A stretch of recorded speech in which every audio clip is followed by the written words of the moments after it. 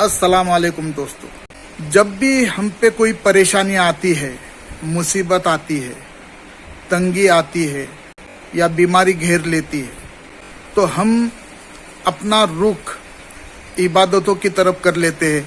यानी नमाज पढ़ते हैं, रोज़ा रखते हैं, जिक्र करते हैं, कुरान शरीफ की तिलावत करते हैं, सदका खैरात करते हैं। और बहुत सारे लोग दरगाहों पर जाते हैं, हाजिरी लगाते हैं, दरगाह पे अर्जी लगाते हैं।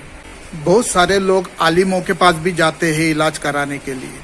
लेकिन आपने गौर किया होगा, ये सब करने के बावजूद भी कुछ ऐसा खास फर्क नहीं पड़ता।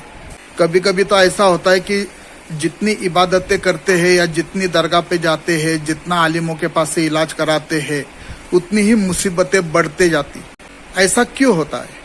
ऐसा इसके लिए होता है कि जो भी मुसीबतें आती है वो हमारे बद आमाल के वजह से आती है, बद अखलाक के वजह से आती है, हमारे गुनाहों के वजह से आती है, हमारे गीबत और चुगली के वजह से आती है, लोगों के साथ गलत व्यवहार करने से आती है, लोगों को बद्दुआ देने से आती है, अल्लाह और उसका रसूल का शिकवा करने से आती है, शिकायत करने से आती है, हमारे तकब्बुर करने से, हसद रखने से, स्वार्थ रखने से, लालच, हवस, गुस्सा और नफरत, हमारे अंदर जो हैवानियत है उसके वजह से ये मुसीबतें आती है। जाने अनजाने में हम जो शिर्क करते हैं, खुद परस्ती, ये सब में बड़ा शिर्क है।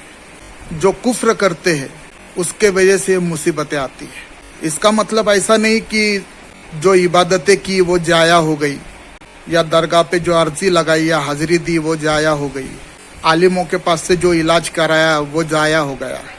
नहीं, ये पेंडिंग में रखा जाता है।